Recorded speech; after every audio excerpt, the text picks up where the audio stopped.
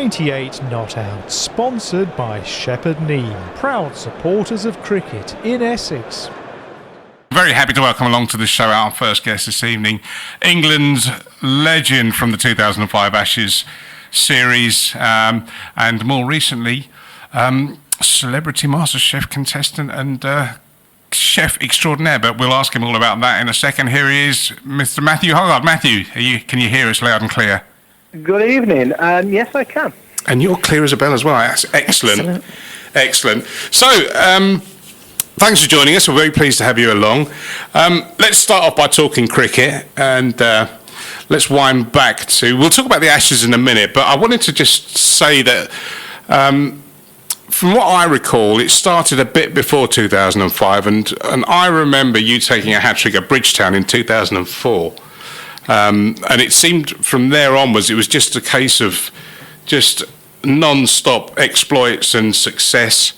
That was quite a thing at that time to win like that in the West Indies, wasn't it? Yeah, taking me back now, 16 years, that was 2004, wow. That seems a lifetime ago, but yeah, fond memories. As you say, I think it was the start of the build-up towards that 2005 season. 2004 we went unbeaten. We hadn't won in the West Indies for 20 odd years. That's right. Years. And we had a new captain in Michael Vaughan. I think it was a changing of the guard. I think Nasser turned to a team and made it a lot stronger, a lot fitter, with a bigger backbone. And then Michael Vaughan came in with the start of the work that Nasser had done, and turned the side into a winning side. And I can remember going unbeaten in 2004. We brushed aside everybody that he came across. We had a nucleus of a side that stayed together and stayed fit, more importantly, for sort of like 2 years. And just here and there. It's always the start of that. Oh, we're just losing you a little bit. I mean, yeah, there was that momentous win in the West Indies, and then you followed it up with the tour down to South Africa, which really was the kind of... I think at the time everyone was looking at that and thinking this will be a real benchmark of how good this England side is. And you proved it in South Africa. It's a tough place to go and win in Africa, especially with the side they had.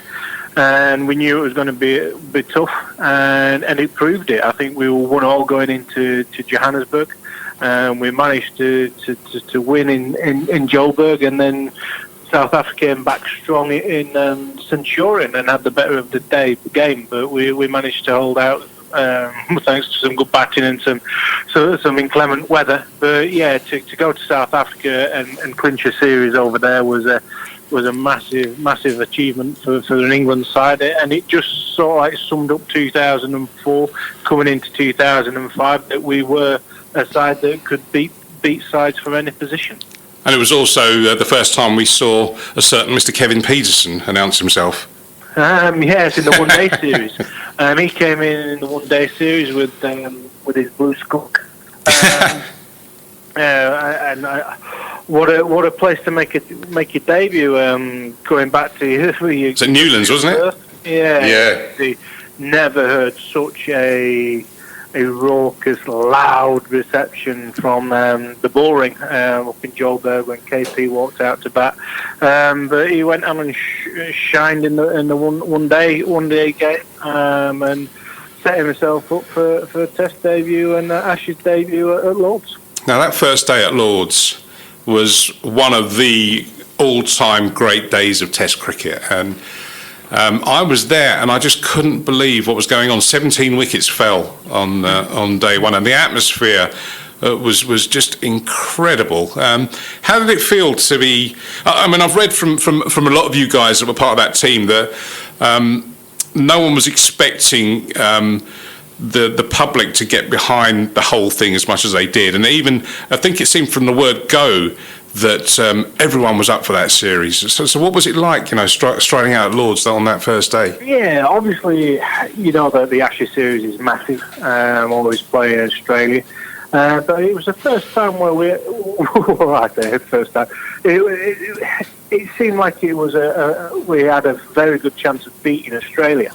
Obviously, after we'd gone unbeaten in 2004, gone to South Africa and won. We've got Australia coming, and we were in great form. We had the firepower to do it, and we didn't know how good the series was going to be. But we certainly knew that it was the start of something special on that first morning when we went out to field, and we walked through the long room, which is normally full of polite applause from the MCC members.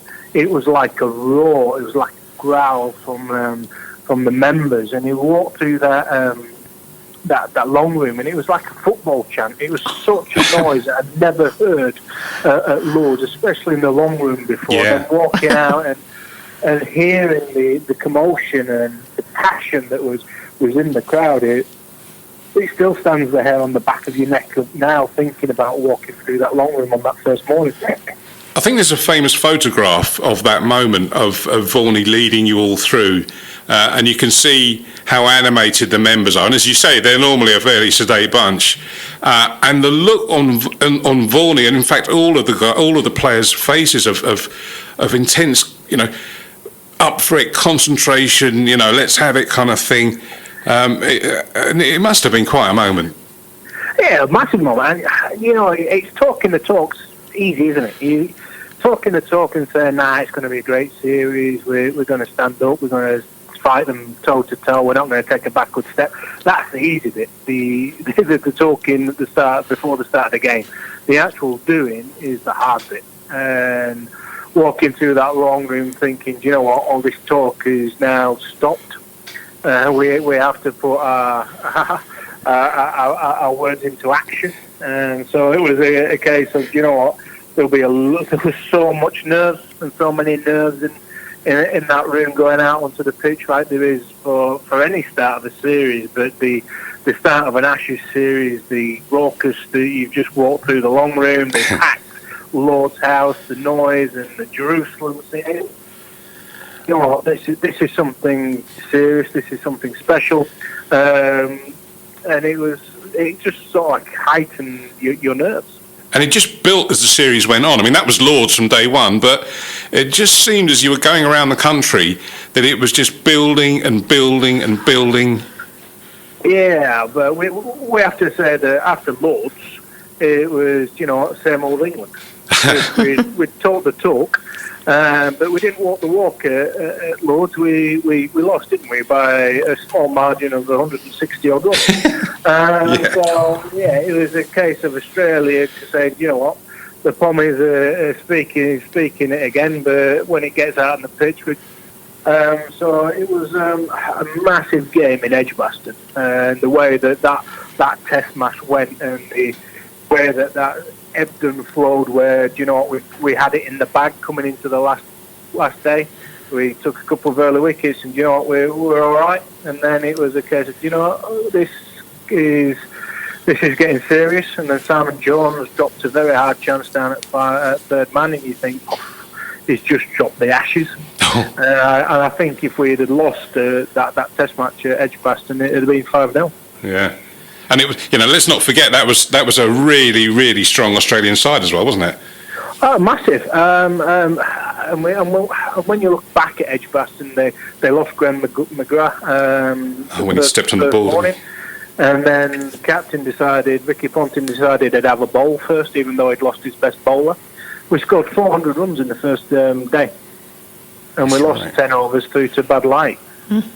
Now that is some going, scoring 400 on day one in a Test match. But that just set the scene. And after we crushed them by 2 runs at the end of the Test match, you could see how much it meant, especially to Garrett Jones, who caught the catch, who went off to the crowd and gave them what for. But the reaction we got for going 1-1 in that series, it massively boosted our confidence, saying, you know what, we might have gone down at Lords, but we're back in this series. And then he came down to the last day at the Oval. Yeah. And what a Test match that was. Yeah, but again, you skip over Old Trafford, where of course, yes. We skip over Old Trafford, where we needed one more wicket to win. That was a massive. You know, we've got Australia on the ropes. We then make them follow on for the first time at Trent Bridge, and we managed to sneak over the line by 3 wickets at Trent Bridge. And then we went to the Oval. And on the last day, Australia kept on taking bad light, knowing that they needed to score runs, and I just didn't understand it. And it was 2-1 up going into the Oval, and Australia coming off because they didn't like the light situation and needed to score runs. It was something unheard of by the Australians, taking the backward step rather than the positive one. Ricky Ponting, it all seemed to get to him, didn't it? I mean, throughout the series, he seemed to be a very angry man at the best of times and under huge pressure. Yeah, that run out by Gary Pratt when there wasn't a single there and he got run out. And having a word with Duncan Fletcher from the pitch and then walking halfway up the steps at Trent Bridge to swear at him, it made us chuckle. Unbelievable. And then the famous reception in Trafalgar Square on the open top bus. And I think again, I've read that no one was expecting anyone to turn up for that, but people were there in their thousands, weren't they? Yeah, of course.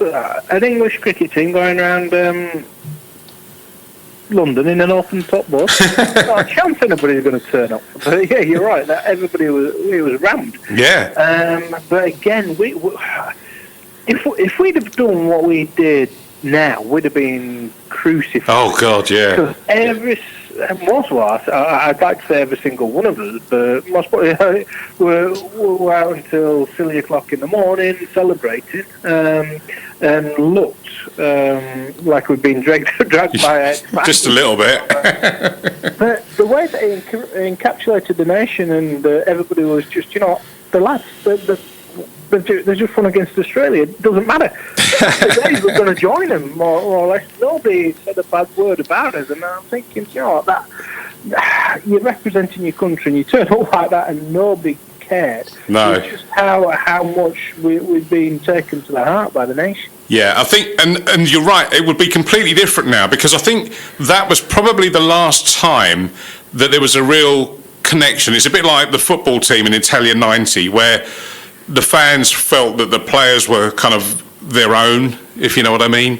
Yeah. And it wasn't as distant. There wasn't a kind of and it's across all sports now, because of the way they're managed and because of the way sport is covered, that there's a distance kept between them. But as you say, no one cared, because everyone sort of felt like, yeah, well, go on lads, you've just beaten Australia, it's fantastic, have a drink, enjoy yourselves, loosen your tie, Yeah, exactly. And the invention of the mobile phone, with all the social media, with the photographs and the Instagrams and the videos that can be around in 30 seconds around the world, I think it's nice to be able to keep contact, but I think it's got rid of the characters. It's got rid of the fun, a lot of the fun out of playing, because you're not allowed to do anything, and you can't get away with anything, because if you do anything wrong, it's on a photograph, it's on a phone camera, it's on a video, and you get crucified for it.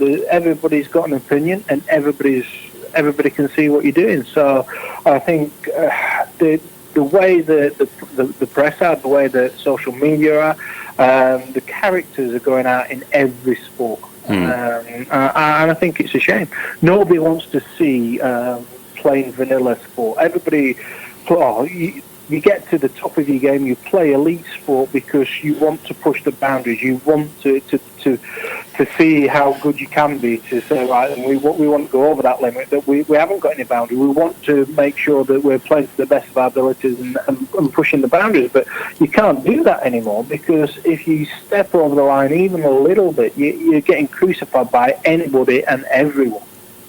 Well, I think with that in mind, your career spanned exactly the right moments, and you hung your boots up at exactly the right time, I think, because, as you say, characters aren't allowed to exist now. So, having given it all up, you had a fantastic benefit year, and I was at your dinner at Lord's, which was, you had the stage set up as the Hoggard, is it the Hoggy Arms or something? Yeah, the Hoggy. Yeah. And I can remember you conducting proceedings with Mr. Goff and a certain G. Boycott heckling you from the front row. He's always been heckling. Even when Graham Thorpe got up to say a few words, it was like, "Oh, blimmin' heck, another Australian." So you've done that. So you've been busy since in retirement. So obviously you're doing loads of work with the Lord's Taverners. PCA Masters, you're well involved with that. We saw you, our studio here is in Brentwood, and I think last summer you played a game for the Masters over at Brentwood Cricket Club. Yeah, it's always hard playing Brentwood. They're always put up a decent fight. Ringers. Ringers. Yeah, but it's great fun getting into the PCA dressing room with your ex-teammates, and it's like you've never been away. And you're all those characters you talk about from those days, yourself, Alex Tudor, Daffy, these guys. Yeah. The great thing is now from the PCA, from the ex-player's perspective, because your mind may be willing, but your body might be not quite able. We're now starting to see the counties with the. The PCA Masters is a fantastic opportunity to give some players some playtime, and so you're getting the likes of Richard. The basket Stuart Mead to play last year, and they were balling wheels on a pitch that wasn't maybe a first class pitch, and it was bouncing, it was flying through to the keeper, and it's nice to have some firepower, because all the fast bowlers nowadays you can't do it, because you've gone in the knees, gone in the hips, you might be a little bit overweight, you haven't been to the. Can you still swing it? You can swing it. Well, they said him back at 28 mile an hour. So, away from that, Celebrity MasterChef on the BBC. Tell us about that. Yeah, that was fantastic as well. To get on and to get down to the studios and be put under pressure, and it's amazing.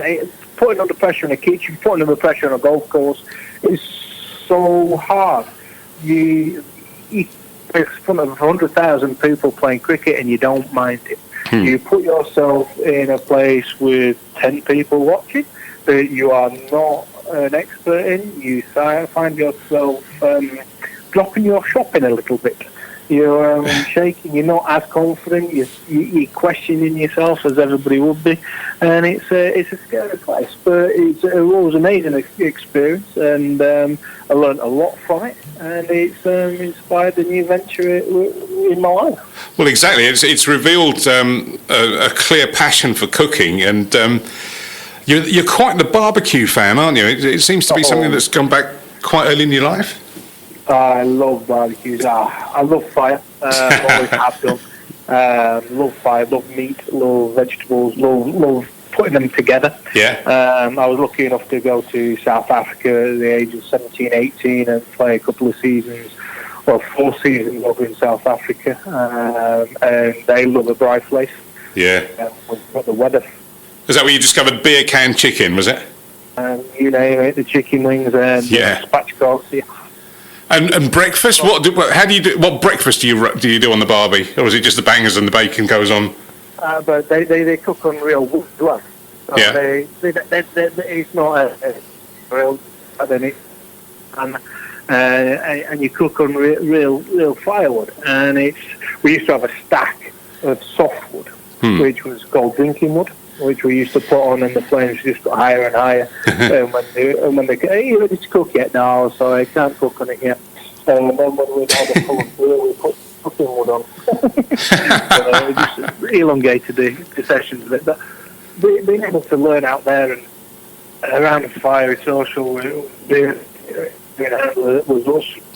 And then coming back, going over to Australia, going to the West Indies, going to India, going to Pakistan. Everybody cooks on fire. Yeah. It's the most primitive form of cooking. And there's something primeval about just lighting a little fire and cooking around it, which I absolutely adore, and being outside as well. So it ignites a lot of passion, and I love eating. To be able to put them both create some stunning stuff is something that gets me excited. So tell us about Hoggy's Grill then, your new venture. Yeah, Hoggy's Grill. We've opened up a Rutland Water Garden Nurseries. We have an end growing tunnel. So we have different fuels. We have charcoal, obviously. We have gas, wood pellet grills for everybody to cook on. So you can try your hand on everything. They come along and learn how to cook anything on a barbecue. I've cooked cakes on there, baked cakes. Oh, wow. Puddings on there. You can cook everything that you can in the kitchen or open fire or in a barbecue. So anything you can create in the kitchen, we can create at Hoggy's Barbecue. We had a fantastic day today creating some prototype and some development potatoes for a big supermarket chain over coals and in gas and in wood fire. So it was. I learned a bit today, but yeah, it's overlooking Rutland Water. It's a fantastic venue. We're teaching people how to use their barbecues to their full potential. Fantastic. Is there a website or somewhere people can get involved? Hoggysgrill.com. It's up and running. We're on Twitter. We're on Instagram. Hoggy's Grill 602. Come and have a look. I think Debbie's already getting it up on her phone now. Well, that sounds fantastic, Hoggy, and we're really thrilled that you could join us this evening and give us some of your stories about cricket. And this whole barbecue and grilling thing sounds fantastic. And I'm assuming you're not just a summertime griller. You're the man that's out there in the middle of winter lighting your fire. In the middle. Do you know what? You should mention that Christmas time. It's coming up quickly. Where's the year gone? To free up space in your oven inside. Why not cook your turkey on the grill? Why not cook your ham on the grill? Why not cook your turkey? There's so much space out there that you're not using, and I guarantee I love turkey on the barbecue. So we're going to be running courses on cooking your turkey and your ham and your big rib of beef on the grills. So look out and get a tip and book on a course. Yeah, we'll give it all the publicity we can over our social media and on our Facebook page and all the rest of it, and we'll take it in on the YouTube channel as well. So awesome! Thank you so much for joining us. Good luck with everything, and we'll catch up soon. Awesome. Thank you.